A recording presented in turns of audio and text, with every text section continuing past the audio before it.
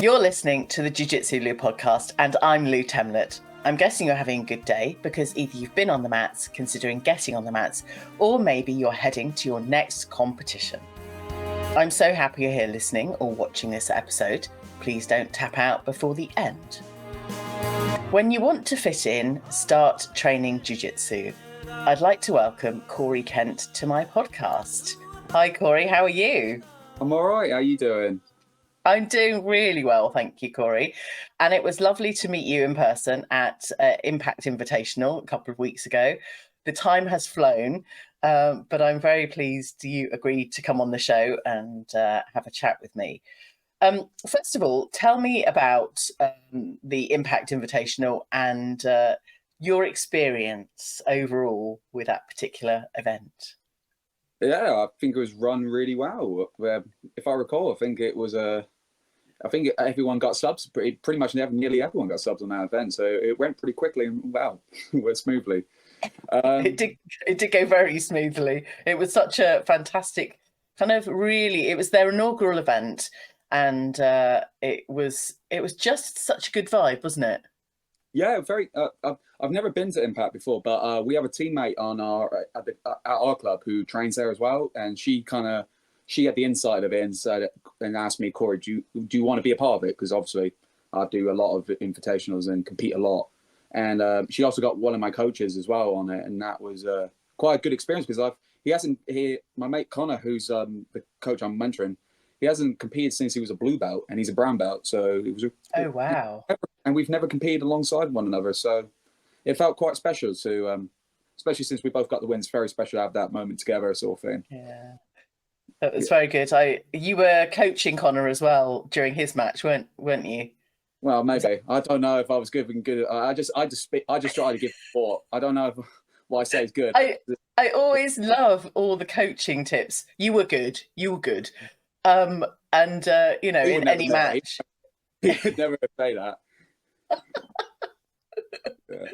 Oh, it's a joint effort. It's always a joint effort. Oh yeah. I would love a coach to for a reason. We're a team. No matter win or lose, we're all there. We're all there for each other. It doesn't matter. Yeah. And you were just telling me before we started recording that it was quite a family event. I took my son, and there were lots of other kind of young people. I know there was two girls kind of started off the matches, and it was a really lovely vibe. Now, tell me, when you kind of finished your match, how it felt. So I've been ill. I was ill for the past 2 weeks before that match. I did a comp in Manchester, came back, and I had like a leg infection from an insect bite. So I had no training. And then I went to, and it was my birthday. So I went to go to Plymouth to go see my niece and everything like that. So unfortunately, it was 2 weeks of non-training. So I wasn't coming in there with, I didn't quite like that because it's kind of disrespectful not to train for someone. That's not my vibe. I like to train heavy. I like to show my opponents respect by training and acting like he's the world champion, sort of thing. Yeah.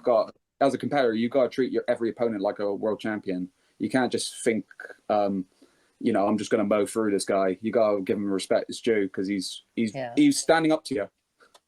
So, yeah. So when I got in there and did my thing, I came in there with a game plan and it executed perfectly in my mind. I think I had not very often I walk off a mat thinking, oh God, that all went perfect to me. But to me, that actually felt like I had a game plan and I executed it very well. Nice. And it felt really good. And especially to win in front of my teammate and for the kids as well. When I came off the mats and they're high-fiving me, everyone's coming up to me and they love it. They're saying, well done, Corey. It was great to see you. You're always, it's great to see you. And everything like that. It's just good energy. You always want that. It's like, you always want good energy from people and all that. Yeah. The whole point of Confused is just love it. I just love it. It's fantastic. There was so much positive energy. It was very there was a lot of emotion as well. It was very a lot of energy, a lot of positivity, a lot of really heartfelt support for everyone. Emotional people, and competitors are very emotional. There's a lot of, man, there were some people that lost that I got emotional about, because it was just like, even though it's not the end of the world, they're not going to lose a leg, or they're going to, they're going to be on the mats the next day.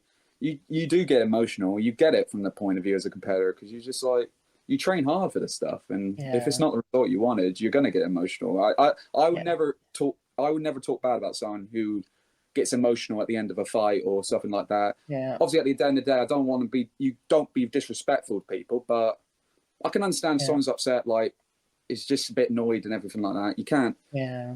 I've been there. It's hard. It's hard. Yeah. But there were so many positive emotions as well, and that was just. That's why everyone's got to be positive, because it's just like, even when you're down, if everyone else is around you is just happy and just having a good time, it builds everyone up. It's just overall being positive is just great. Yeah, absolutely. I would agree with that. So, Corey, you're a purple belt. Tell me how long you've been training. Let me tell you. I actually wrote down how long I've been training, because I've got the worst memory alive. I think I'd make goldfish jealous of the. I think no, 1 minute. Is that how I say it? You've forgotten already. Love it. Yeah, I've been training for I think early next year it will be 5 years. Wow, that's some journey, Corey. And you've been competing from day one. When did you start competing? Goal to compete. Well, basically, when I started the week before COVID hit. Wow. When I had my first ever session, pretty much soon afterwards, COVID hit, and so I had I caught the jiu-jitsu bug, and I had a year of pretty much no training. So I just my mind was pretty much, when I came back to the mats and lockdown was over, my mind just fully went back into competing and actively training. I think 6 months of actually training. I did my first ever competition, I think. Very nice. Very nice. And you've won some, you've lost some. Is that right? Yeah. I think I actually can tell you the first one. I did the first one at the Brighton 24/7, and I remember everyone telling me, "Don't be worried if you get upset. Don't worry if you lose and all that." Yeah. And I came back with double gold in my division. Division, had a really good and I just I think I wouldn't say that like the determined I was going to compete, but having double gold in the gold kind of gave me a confidence boost, and like, you know what, I actually could be good at it. Maybe. Yeah. I'm still waiting to be good at it, but it gave me like a little push. You're so humble, Corey. So was this at white belt or blue belt? Yeah, white belt. White belt. I did white belt. I think I competed maybe 6 times. Maybe I competed, but when I got blue belt, that's when it seriously went. I was competing like every month or like multiple times a month. It was. I'm still like it now, but that was when it went proper, like, this is go zone. Yeah, we need to compete as much as I can. I did about 24 competitions at blue belt. Yeah, 24. Very nice. That's incredible. I love. I mean, yeah, if you're taking part in competitions and you have medals, you generally know how many. I had Katie from her fight directory on, and she did kind of judo to British kind of standard, and she had 83 medals, and my jaw nearly dropped to the floor. I don't suppose you know how many medals you have. Not that I'm kind of counting. Probably around over 50. Nice. It's so good. It's so good. I know I'm holding 2 at the moment, which is I'm happy with that. Yeah, I think I've got a long way to go.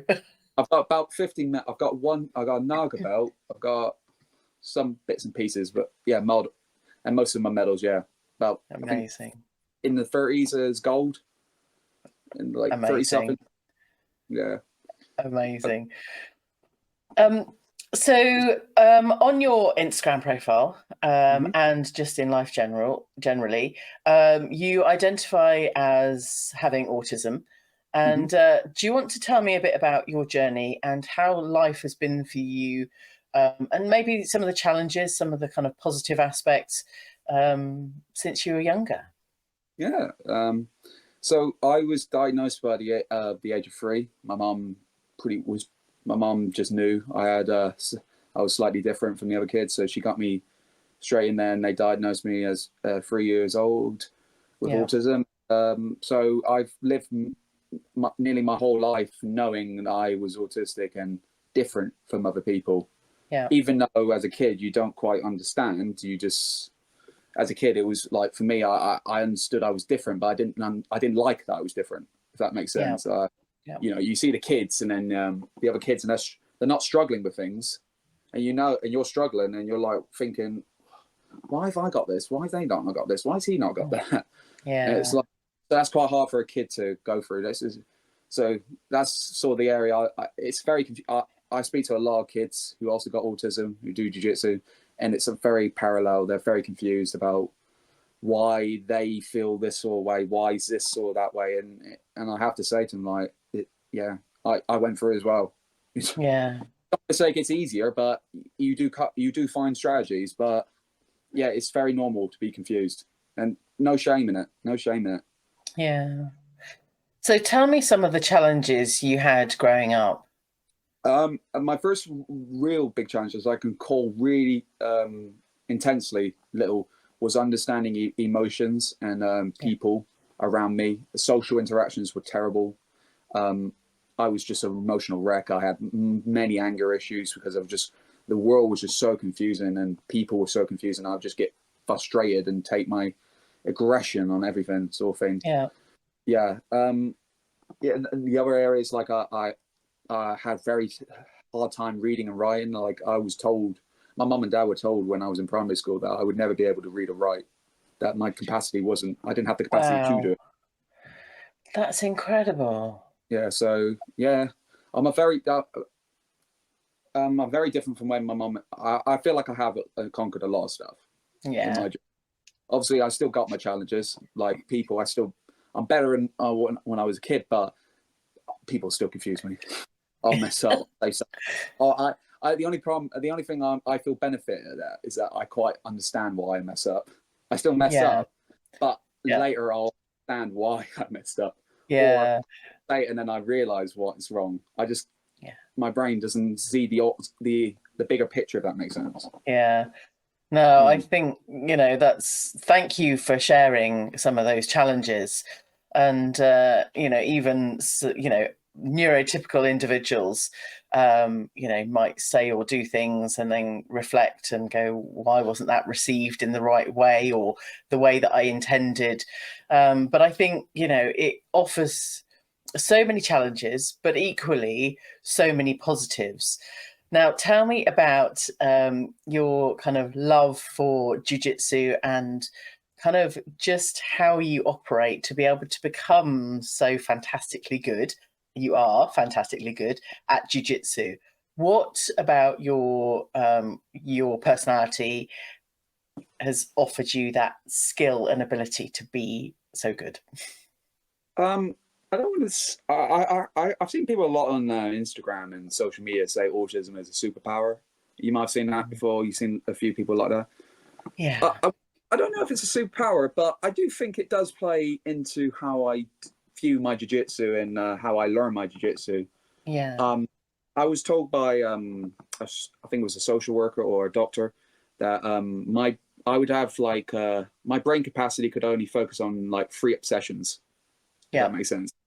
So I think he said you'll find you have 3 things in your life you can cope with, and that's just pure it.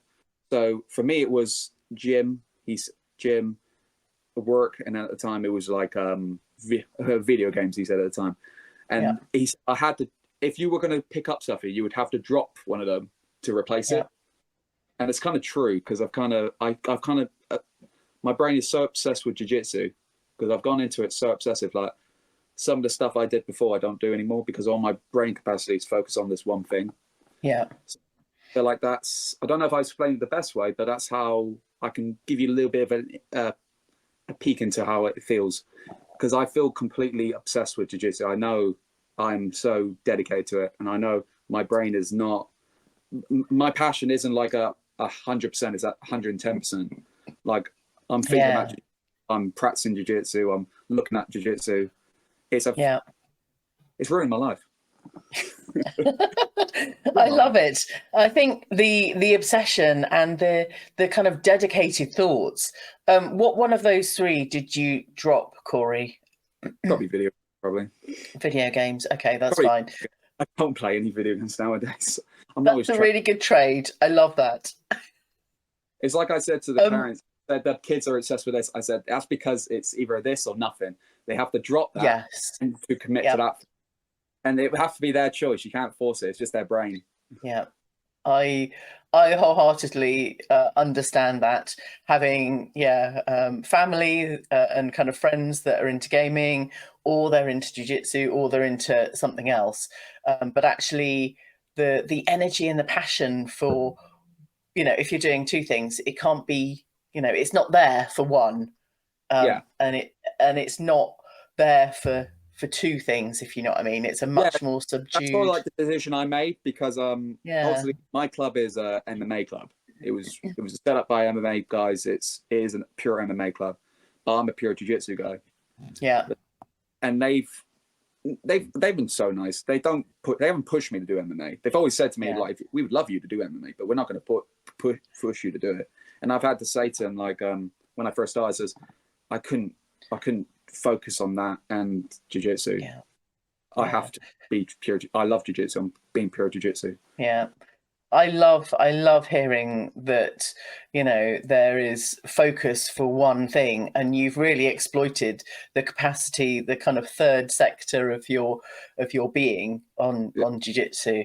I think it's amazing, and certainly when you kind of people talk about superpowers, actually it's just a mindset and a behavior that you've kind of filtered off into a specific area, and then you're just completely driving in that direction. Which I like how people are trying to say with superpower, but I feel like maybe I'm thinking overall, but I feel like some people could look at that and feel like, oh, it's a superpower with no downsides, where we have some benefits, but we also have some negatives.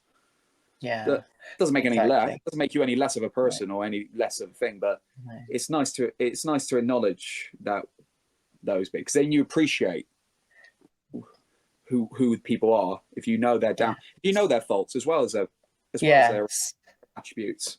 Yeah, exactly. This is a Jiu-Jitsu Lou podcast with me, Lou Temlett, coming to you from the UK.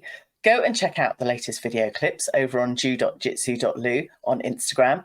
And as you're listening or watching on your favourite podcast platform, I'd really appreciate you dropping the show a rating and a review. Today, I'm having a conversation with Corey Kent. So, Corey, we've talked about the kind of emotions and the challenges with you having autism. I kind of want to combine that and see how you kind of feel and behave when you've won. Are you a kind of celebratory winner, or are you kind of quite humble and take things in your stride? I think I like to think I'm quite humble. I like to feel like I'm humble in my thing. I like to celebrate a little bit because I feel like you gotta celebrate a little bit. You've just won. You've achieved something, and but obviously at the end of the day, even if I do celebrate like a little fist pump or a little bit something like that, I'll never like start breakdancing in front of someone. Obviously, because he's already lost. He doesn't need to see me just to humiliate myself. But anyway, and you haven't had a third of your sector of your lifestyle dedicated on breakdancing? No. That might be next. Hope not. Sorry, Corey. But talk about you would be sorry if you saw it. No, but at the end of the day, I like to give respect to play, but I'll always shake someone's hand at the end of it, and maybe before we might have a little bit of a banter or shit talking, but I don't mean any of it. I just think it's fun. I just like to break barriers and just make people laugh or feel an emotion, if that makes sense, because everyone's always like that, and it's just not. I don't like it. I like to smile. I like to. That's kind of why people think I get a lot of people saying I'm cocky because I always smile in competitions a lot. I always smile. I'm always a smiley person. It's just generally because I'm just a happy guy. Yeah. I just like to Nice. smile. I just can't be horrible. I just don't like it. Yes. And we've recently had the passing of Jimmy Johnson, and you shared your kind of echoes of respect on your socials. Tell me a bit about that story and how that has affected you, and it might well have affected others as well. Um, well, obviously, uh, Jimmy passed away. I don't. I just know that I got the message on Facebook that he passed away, and it kind of shook me to core to see that because I was planning to train with him because I live on the Isle of Wight, and so I like to cross train a lot across the mainland whenever I can. So once a week I'll go to Portsmouth, I'll go to Southampton, or just to train with different buddies. And and I chose, when I went to Southampton, I became good friends with the people over at Phoenix before it's changed, but before it was Southampton, and I saw that Jimmy Johnson was teaching, and obviously I think he was a third degree black belt at the time, and obviously as a white belt or brown blue belt, seeing that, you're thinking, oh God, I gotta go see him. Yeah. And I remember going to his classes, and he was just such a wealth of knowledge of everything. I used to take an hour ferry to there, get to the ferry, get an hour on the ferry, go to the place. It was over a couple hours worth of my day just to see him for an hour. And I always came back from that ferry the whole evening, and I was always happy because he just made it so worth it with all the stuff he used to teach. Amazing. Yeah, and so it really quite upset me to see he's gone, because I guess it's selfishly to me. I just knew he had so much more he could have showed me and everything like that, and I really did appreciate everything he showed me. And obviously I didn't know him as good as the guys over there. I'm sure the people closer to him obviously feel a lot more. I'm a lot more upset for them. So my heart just goes out to them and everyone who was affected to it. He clearly was a very knowledgeable guy in the jiu-jitsu, and he was loved by a lot of people from just seeing the messages.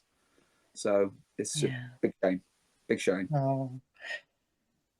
Just holding space and supporting anyone feeling certain things, or going through tough times and losing people, especially when we're such a massive community of people training Brazilian Jiu Jitsu.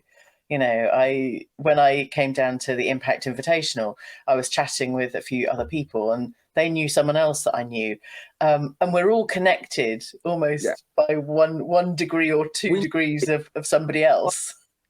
We need to be connected. It's like this, like drama where people, like with clubs and everything. You always hear it. I'm not slagging off anyone in particular, but we all know it. We all know there's drama in jiu-jitsu with clubs and different clubs and that club. It's like, guys, everyone in England doesn't know what the hell we do. Legit makes fun of us. Why the hell are we building barriers amongst us? It's jiu-jitsu's for everyone, man. I fully believe in jiu-jitsu's for everyone. It doesn't. I don't care what club you're from. I don't care whose coach is that. As long as he's not, someone with very dark intentions or criminal intentions, I will and train with anyone at the end of the day. I've never cared for, I don't want to say names, but maybe Gracie. I only train with Gracie Baja people, or I only train with Chetnut people. I only train with this club affiliation. No, that's just stupid. We're all connected. That's the point, isn't it? Regardless, we're human beings, and we have something in common. We all train Brazilian Jiu Jitsu and love it. And if we didn't love it, we wouldn't be training it. Okay, I want to talk about sponsorship, because you have quite a number of sponsors. And I know some of my listeners will be wanting to. There's a feat. Sneak peek. Not that way. Some of my listeners are kind of wanting to engage with new sponsors and be sponsored to be able to continue their kind of fighting career and journey. But tell me about your journey and the sponsorship deals that that have come along in your jiu-jitsu journey? Well, I can tell you some anecdotal one. I don't know, I just pronounced it wrong, but I can give you some of my own experiences with some of the sponsors I've had. So as we can all see, I'm a Rain athlete. Basically, my experience with Rain was I've been sponsored for them for nearly it's over a year. This is my second year with them. I remember meeting them at my first ever competition, actually, as a white belt. And seeing their equipment, and I don't know if it was the second time I competed at Brighton or the first time, but my trousers broke. I bought a pair of, I'm not going to say the brand, flag them off, but I bought a brand of trousers which was not good. They were not good. They fell apart at the comp. So I quickly ran over and I was looking at all the brands, and I remember seeing Rain, and I bought that pair of trousers, and it was such a good pair of trousers that I just competed in that. I competed in it 24/7. Always had a rain clothing on me. And then I finally got my blue belt, and then I was doing something at the time. I was just not. They approached. I called them for something, and then they approached me and said they've been eyeing me up for a while, and then they really liked what I represented. They liked how they liked how I already wore their products to compete. They liked how I always spoke to them whenever I come, because I did. I always made sure, because I met them before, I always made sure, like, hello, guys, always great to see you. Just politeness and just being nice and just always showing your face. That I checked a lot of their boxes, and they just extended the offer to me, and I was just like, I thank you so much. This is amazing. I can't turn this down. Amazing. So, yeah, but I couldn't tell you a strategy for that. I just was myself, and and luckily someone noticed and just did that. What I'm hearing is that your strategy was just to be a lovely, nice person that you are, wear their clothing and whatever, and if I want to just show up for people. If I want to give my point blank point to someone right now who's listening to who wants to be sponsored, maybe I'm not the best one, because I'm not sponsored by the big ginormous sponsors, but I can generally tell you that sponsors are looking for someone who's active on social media. They want you to be active on social media. That's a very good selling point to them. It's not essential, but it's very good for them. They want you to be an active competitor. Most of them do. Most of them do. That's a good. This is generally a basic thing. They're active. They be easy to work with as well. They want you to be very easy. So be polite. Always show respect. You'll get a lot farther with things. And if you want to try, I wouldn't, maybe not with some brands, but you could ask. You could, but in a polite way. Don't say to them, not in a demanding way, but if the best way I did it once, when I was looking for financial help for stuff, competition or something, I can't remember. I was asking for a sponsorship, and my email was asking them, not that I deserve to be sponsored and you need to sponsor me, but it was like, what is the criteria you are looking for for a sponsored athlete? And because I would like to know it. And most companies will be most companies and brands will be very happy to say, look, either, sorry, mate, we are not accepting any sponsorships at the moment, or they'll say, well, we're looking for this. Maybe you have it, maybe you don't. But you get the email back and you see the thing and like, okay, I tick this and this and this and this. And then you can say, I send an email back saying, I've got this. And maybe that's very handy. Maybe you got a better chance then. I can't guarantee that's going to happen with every brand. I don't want to get annoyed with me saying like, we've got like 200 people messaging us about what is, but it's good. I think people need to understand the framework and the criteria, because you're just shooting in the dark if you have no idea what criteria they're looking for. And actually, it's energy that you could be training on the mats rather than investing in kind of dead-end sponsorship inquiries. Find out what they're about to start with. And I think that's really handy Some tips. People don't, but this, if you have a good think about it, you could probably think of some ways to do it. I love the positivity, and that certainly echoes through everything you've kind of got to say, and just your persona when people meet you as well. So how many? Until what? Until they get to know me personally. Until they're kind of fighting with you at a competition. That's different, Corey. That's a different Corey. All right, that's fine. Okay, so as that's a different Corey, give me the insight. What changes for you when you go into competition? It's kind of like it's a completely different mindset. It's not a personal. Is this top secret? It's not top secret. It's just I just have a different mindset. I just know that because I talk to people, and some people say to me, Yeah. "Oh, Corey, what's your brain like in competitions?" It's like, and I'll tell them, and they'll go like, "Jesus, Corey, you're a bit brutal." A bit like that. I'm a bit like because they say like stuff like, "Oh, I'm a bit scared of smothering and all that, smother chokes, like thing like, just all the dirty stuff that's legal." Yeah. And I'm a bit, it's legal. Do it. Do it. Until the ref tells me I can't do something, I'll do it. I'm a bit like a focus on that bit. If the rules tell me I can do something, I will do it.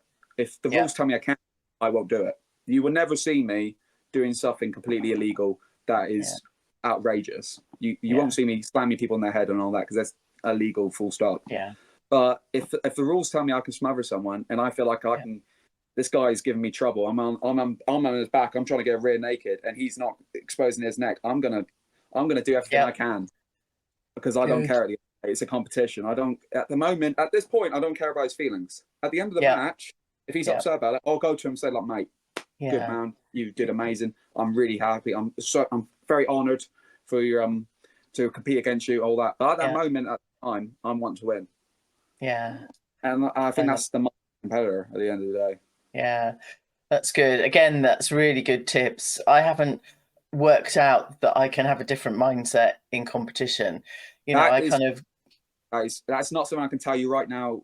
You got it. You need to. This is what you do. You get it. It's from years of competing. Yeah, no, it's good.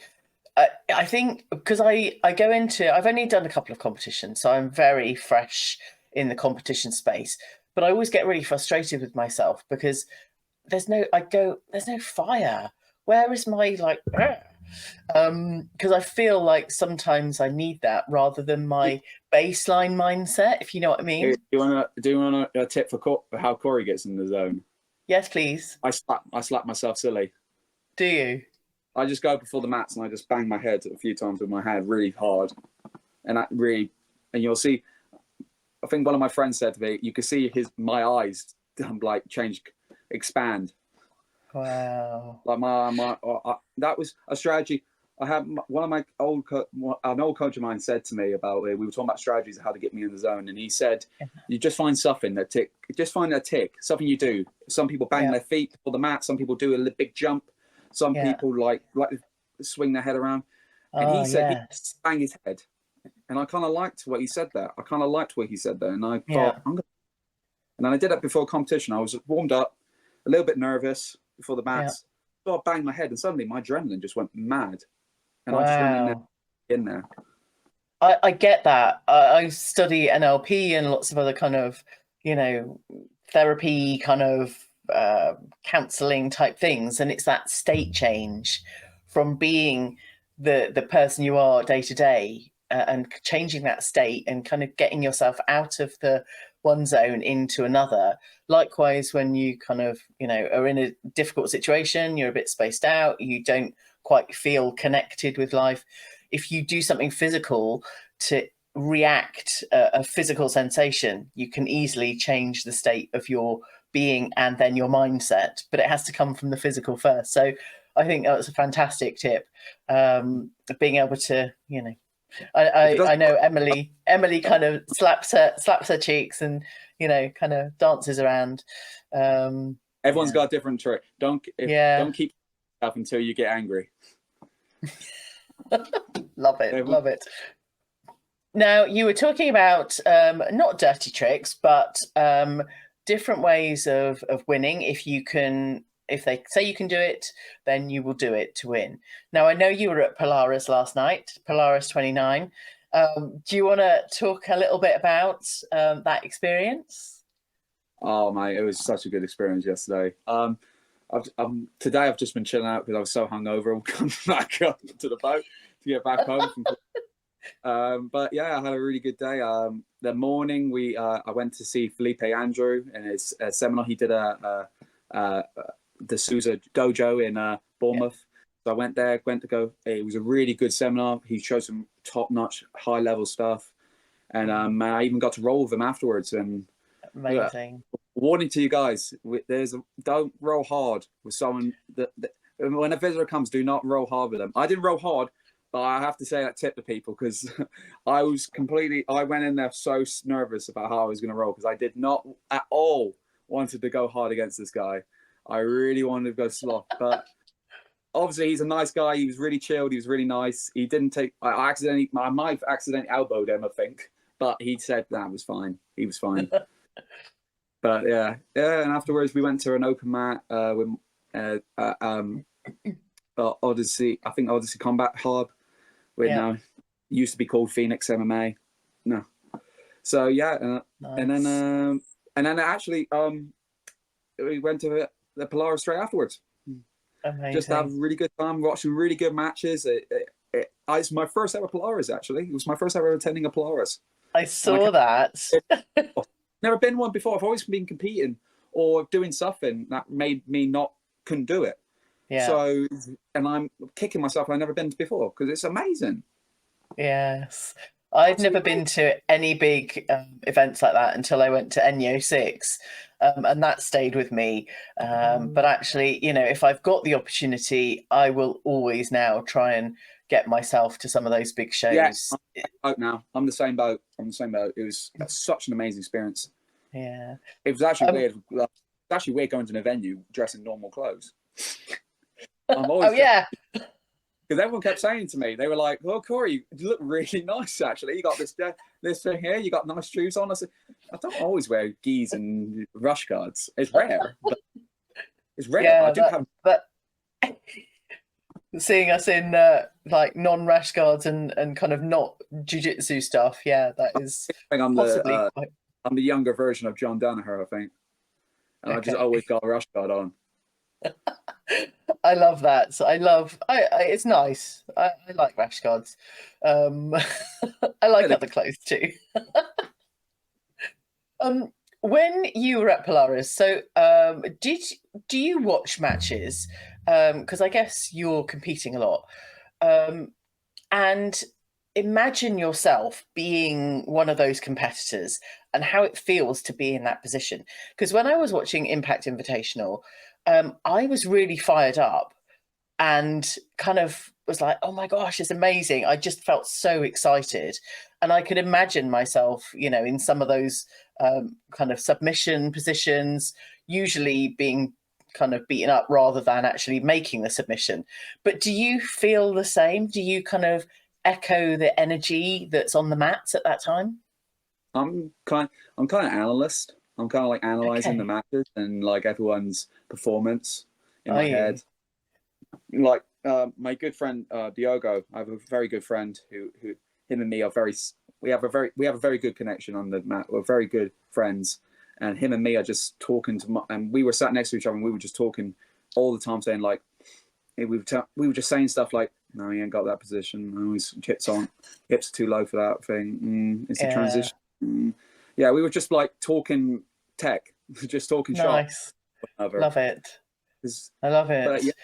But I do like to visualize a lot, like sort of like how I would do in the position, or I like to look at it for more techniques because that's how you kind of figure out new techniques or thing. You kind of just you see what's being, because obviously if you're going to a competition and you're seeing high level people using a technique.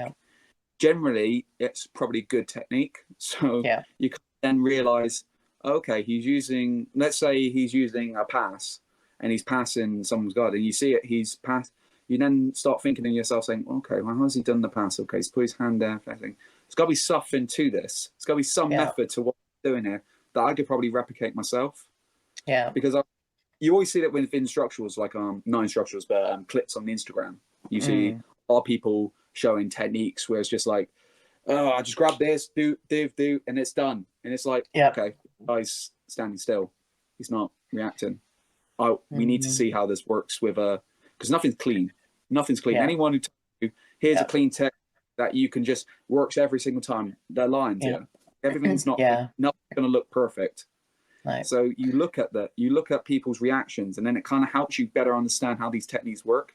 It helps you concept, because I feel like the biggest key to people's jiu-jitsu isn't like knowing techniques, but knowing the concepts and body mechanics, knowing how things work. Like when I teach sometimes at my club, and I like to give more the concepts of body, how my body works. So like when I say like an arm, when I say about like we're doing side control, I talk about the connection between your head and your hips.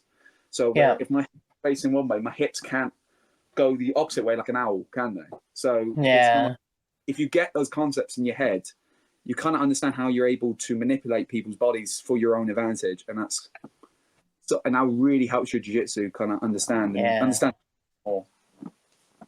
I love that, and I think you're right in saying, you know, instructionals or whatever, those people aren't fighting back, and doing a move or a technique or a concept is just much harder if they're fighting back. Yeah, obviously instructions are good. I've watched a lot of instructionals and they do work. But it's usually I like instructions from people that are like competitors and like people that have not to diss the old school guys, because of course they have won stuff. I just like to. I just find it more relevant to what I like to do it more relevant, if that makes more sense. No, I get it. I get it. Corey, do you have anything else to add? Because we're approaching the end of the show. Any other thoughts or tips for anyone starting or continuing to train jiu-jitsu? Just do it. Anyone who's thinking about doing a club, joining a club, who's just sort of thinking like, oh, I'm too old, or you know, I'm a female and there seems to be a lot of men here, or oh, I'm too young, or like there's not many kids here, or maybe or any sort of excuse you can think in your head, just ignore it. Jiu-jitsu is for everyone at the end of the day, man. Jiu-jitsu's done so much for me in my life.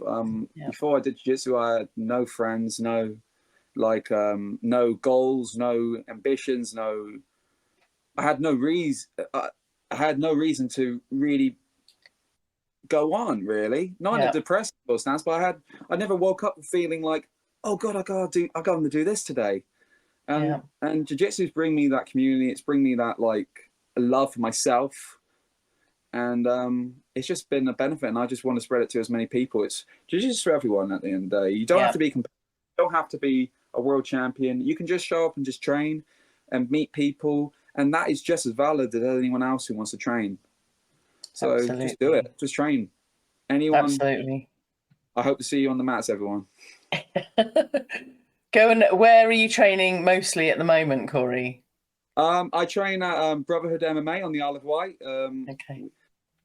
We train at the Isle of Wight. I also train at I cross train a lot at Gym 01 with Colin. I think you had him as a guest as well. Yeah. A very nice guy. I have a lot of praise. I love Colin. He's a good guy. I cross train a lot. I consider them just as much as my. I consider them. I'm part of the team as well. So it's just like I have a lot. So nice. Train sometimes in Southampton at the Purity martial arts. So I cross train a lot. I try to get as much training. Anyone who's offering me training, I'll train with them. I don't care. Fantastic. Corey, how can people follow your journey if they're not already? You can follow my Instagram at CoreyKent57. I'm very frequent. That's probably the best way to reach me. That's probably my third obsession, Instagram. That's probably one of the other things I love that. I probably have to trade your Instagram because I'm pretty active on that. And if anyone who wants to shoot me a message, anything like that, if you got anything related to autism or jiu-jitsu, you know, I can't guarantee I'll give you the best answers, but I can try my best. And I just like interacting with people and just being helpful if I can. That's amazing. And you've been very helpful in agreeing to be on the show. I'm very grateful for you being here and sharing all of your insights and journey. Do you have me at gunpoint, guys? Shush, I did not. I did not have my fire loo thing going on. Next time, I'm gonna find it, Corey. I'm gonna find it. No. Thank you so much. No, thank you for having me on. I've really enjoyed my time here. Good stuff. I really hope you enjoyed this episode. Thank you for telling your friends about this show. And as soon as this episode ends, I'd really appreciate you dropping the show a rating and a review. Thanks again for listening. Catch you on the next episode of the Jiu Jitsu Lou podcast.